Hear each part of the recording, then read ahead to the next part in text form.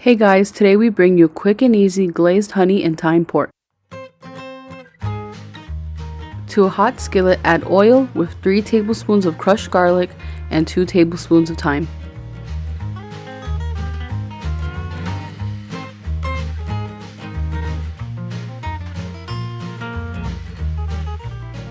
Add 4 tablespoons of chicken concentrate,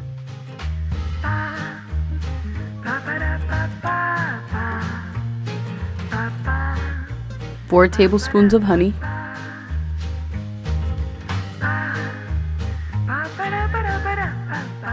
next add half a cup of water,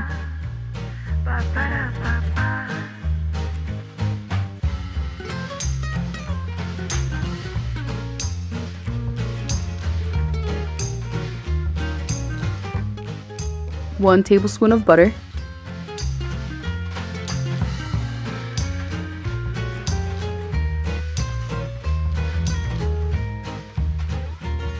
now salt to your liking.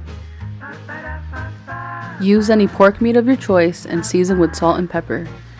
Fry it for a bit and then add to your sauce when ready.